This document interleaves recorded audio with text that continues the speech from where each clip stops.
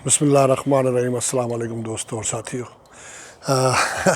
आज मैं अपनी वीडियो तकरीबन 6 महीने के बाद घर से बाहर बना रहा हूँ। आज बड़ा प्यारा वेदर था शिकागो के अंदर, हमारे इलाके में प्लेन फील्ड के अंदर कोई 60-64 टेम्परेचर फ़ारेनहाइट के अंदर, और धूप भी बड़ी खूबसूरत निकली हुई थी। तो वॉइस फ्रॉम शिकागो से फ़रीद ख़ान का सलाम। मेरा आज का टॉपिक कल से रिलेटेड ही है, कल पिछली वीडियो से ही, कि किस तरीके से नवाज़ शरीफ साहब ने और मुस्लिम लीग नवाज़ ने जो है ना पीपल्स पार्टी को धोखा दिया और अपना पुराने बदले लिए।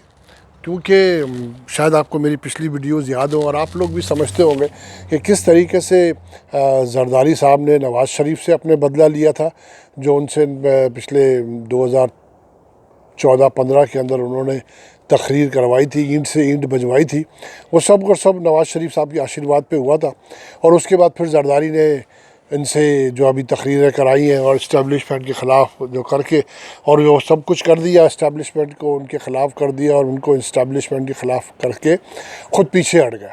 उन्होंने अब इस्टेब्लिशमेंट से दोस्ती कर ली है, हाथ मिला लिया इस्टेब्लिशमेंट से, क्योंकि कहीं ना कहीं तो एक मतलब एक गवर्नमेंट या इस्टेब्लिशमेंट जो है ना वो इमरान साहब को समझा रही है कि भाई किसी एक तरफ लड़ाई लड़े आप, और अगर चारों तरफ से लड़ाई लड़ लेंगे तो हुकूमत चल नहीं सकती। और जो कि हकीकत है, पिछले 2.5 साल में आप देख लें कि उन्होंने हुकूमत नहीं चलने दी है। ये मुझे तो ऐसा लगता है कि 2.5 साल भी ऐसे ही और गुजर जाएंगे, क्योंकि उनका अपना फ्यूचर तबाह हो गया है इन दोनों पार्टियों का कि तीनों पार्टियों का। मौलाना साहब का भी, मौलाना डीजल का भी फ्यूचर तबाह है, क्योंकि अब उनको अपना फ्यूचर नहीं नज़र आ रहा कहीं पर भी।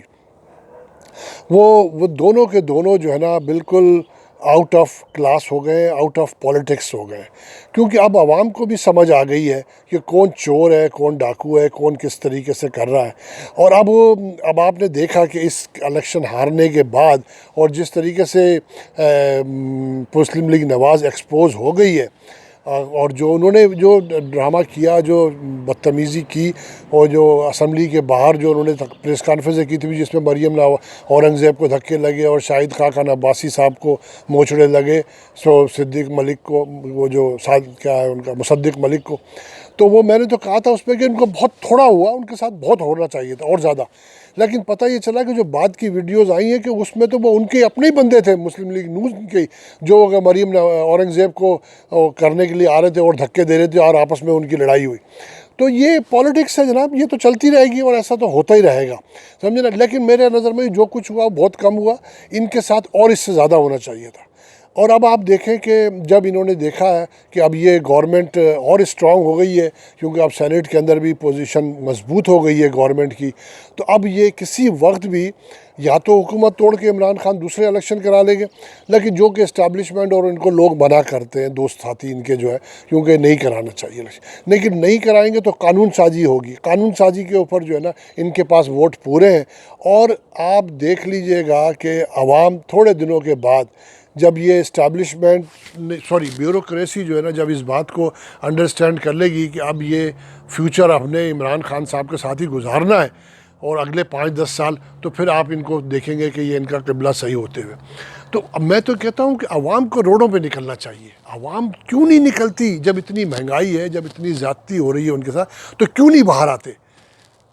क्यों नहीं एहतजाज में शामिल होते? कम से कम यार किसी वीकेंड पे, किसी सैटरडे संडे को तो कम से कम कोई थोड़ा बहुत जुलूस निकालें, कोई शोर शराबा करें, कोई माल रोड को बंद करें। मगर चोर बात यह है कि आपके दिल में खुद चोर है।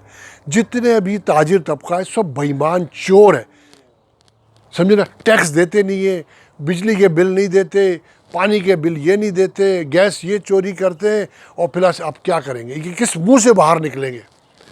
आवाम को तो 2 वक्त की रोटी नहीं मिल रही है, आवाम तो अपनी 2 वक्त की रोटी के लिए परेशान है, लेकिन उसमें कोई उनकी लीडरशिप नहीं है उनके पास, समझ रहे।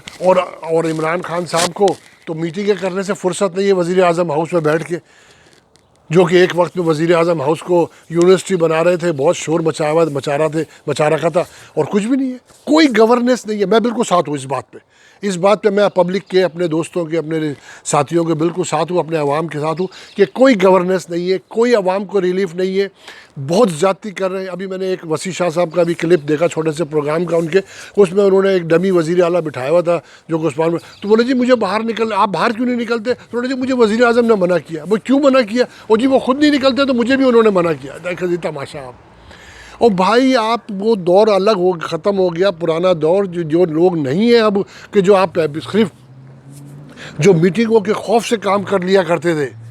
अब आप ये एक दूसरी नस्ल है भाई साहब, आपको नहीं समझ आ रहा है। ये 11 आदमी की टीम नहीं है जिसको आप हैंडल कर रहे हैं, समझे ना।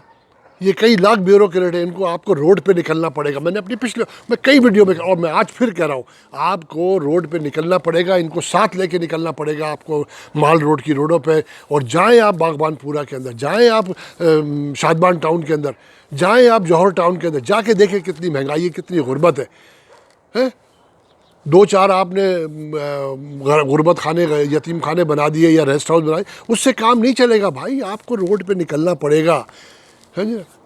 और अभी एक मैंने पिछले दिनों एक प्रोग्राम सुना समी इब्राहिम साहब का, बड़े प्यारे प्रोग्रामर और एंकर हैं और बहुत अच्छी, बहुत पुराना सीजन जर्नलिस्ट है। उन्होंने कहा कि जी अभी पिछले दिनों एक मीटिंग हुई इस्लामाबाद के अंदर जिसमें जरदारी साहब ने ये ऑफ़र की इस्टेब्लिशमेंट को, या जिसको भी कह लीजिए आप, गवर्नमेंट को, कि जी आप मेरे ओमनी ग्रुप के मुकदमात ख़त्म कर दीजिए, हम आपको ओमनी ग्रुप की तरफ से 62 अरब रुपए देंगे, देने को तैयार है, 62 बिलियन रुपीज़। मगर हमारे,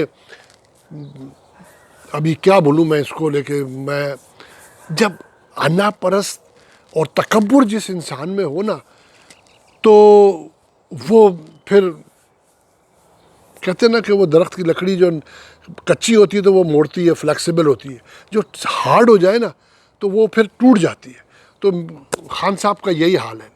खान साहब की ज़िद जो है ना भाई, पॉलिटिक्स में ज़िद नहीं चलती, पॉलिटिक्स में अकल इस्तेमाल करनी होती है।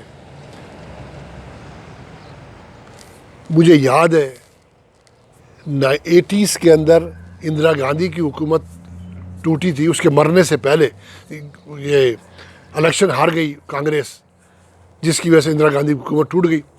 उसने मेरे ख्याल से उस वक्त की वज़ीर आज़म तो कोई पार्टी थी, जनता पार्टी, यही, उसको मिल के ना उसने हुकूमत बना दी चरण सिंह की, और 6 से 8 महीने के अंदर उन्होंने अपना हाथ उठा दिया उनका, उसके ऊपर से हुकूमत जब कोलैप्स हो गई, दोबारा इलेक्शन हुए। तो किसी ने, उस सहाफ़ी ने उनसे पूछा, जनाब ये आपने क्या पॉलिटिक्स किया, आपने अपने दुश्मनों का साथ दे दिया। बोलने लगे पॉलिटिक्स के अंदर कोई एथिक्स नहीं होती, पॉलिटिक्स में आपने मोहरा अपने वक्त पर खेलना होता है, पता आपने चलना होता है। तो मैंने अपने वक्त पे पता चला और मैं कामयाब हो गया। तो इसी तरीके से मियाँ ये साहब, खान साहब, बस पता नहीं किस भर्रे में है, किस उनके दिमाग में क्या हवा भरी हुई है। और भाई आप 2.5 साल भी नहीं चल सकेंगे अगर आपने वो आवाम का साथ नहीं दिया, आवाम को अगर टेक केयर नहीं किया आपने। ये सारे के सारे जो आपके आसपास बैठे हुए ना, रज़ाक दाऊद, नदीम अशरा और ये सारे के सारे फवाद चौधरी वगैरह, ये आपको लेके डूब जाएंगे, आपको लेके डूब जाएंगे, समझे ना। और प्लस फिर आपका कोई नाम लेवा नहीं होगा, तहरीक इंसाफ का कोई नाम लेवा नहीं होगा। आप याद रखें अगले 50 साल के अंदर भी फिर तहरीक इंसाफ नहीं उठ सकती, क्योंकि आपकी बात तहरीक इंसाफ में कोई ऐसी नेशनल लेवल पे कोई लीडरशिप नहीं है, समझे। तो भाई आप उनसे 62 अरब रुपए लेके आवाम को रिलीफ दें, आवाम का काम करें और रोड पे निकलें, आवाम के लिए रोड पे निकलें। खान साहब बाहर निकलें, आप जाएं, आप मतलब है कि जलसों में जाएं, उनको बुलाएं, आवाम को बाज़ारों में जाएं आप, और उसी वक्त डिप्टी कमिश्नर को अगर उसका कसूर हो उसको उसी वक्त टर्मिनेट करें। वो आवाम को बोलें देखें ये है कसूरवार तुम्हारे, ये लोग हैं जो काम नहीं करते, बैठे हुए अपने कमरों के एयर कंडीशन कमरों में। आपको देखें आप क्यों नहीं करते हैं, मेरा समझ में नहीं, क्यों कमरे में बंद बैठे हुए हैं? कौन मशवरे दे रहा है? कौन सी सिक्योरिटी है भाई? कौन मार देगा आपको? मरना तो एक वक्त है ही, आपने सबने जाना एक वक्त। तो आपने कोई गोली को कुछ नहीं रोक सका है? कोई आपकी मौत को कोई रोक सका? किसी की मौत को कोई रोक सका? कोई नहीं रोक सकता।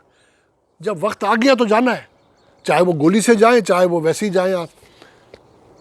तो इज़्ज़त की मौत मरने की कोशिश करें खान साहब, इज़्ज़त की मौत, आवाम को भी इज़्ज़त की मौत मारे, समझे ना, इनकी बातों में ना आए, इनकी ब्लैकमेलिंग में ना आए, समझे ना। अगली वीडियो में, बहुत लंबी हो गई वीडियो मेरी, मैं कोशिश करूँगा कि थोड़ा शॉर्ट कट वीडियो बनाऊँ। तो अगली वीडियो तक के लिए खुदा हाफिज़। अगर मेरी वीडियो पसंद आए तो इसको सब्सक्राइब करें और दोस्तों रिश्तेदारों से शेयर कीजिएगा ज़रा। अस्सलाम वालेकुम।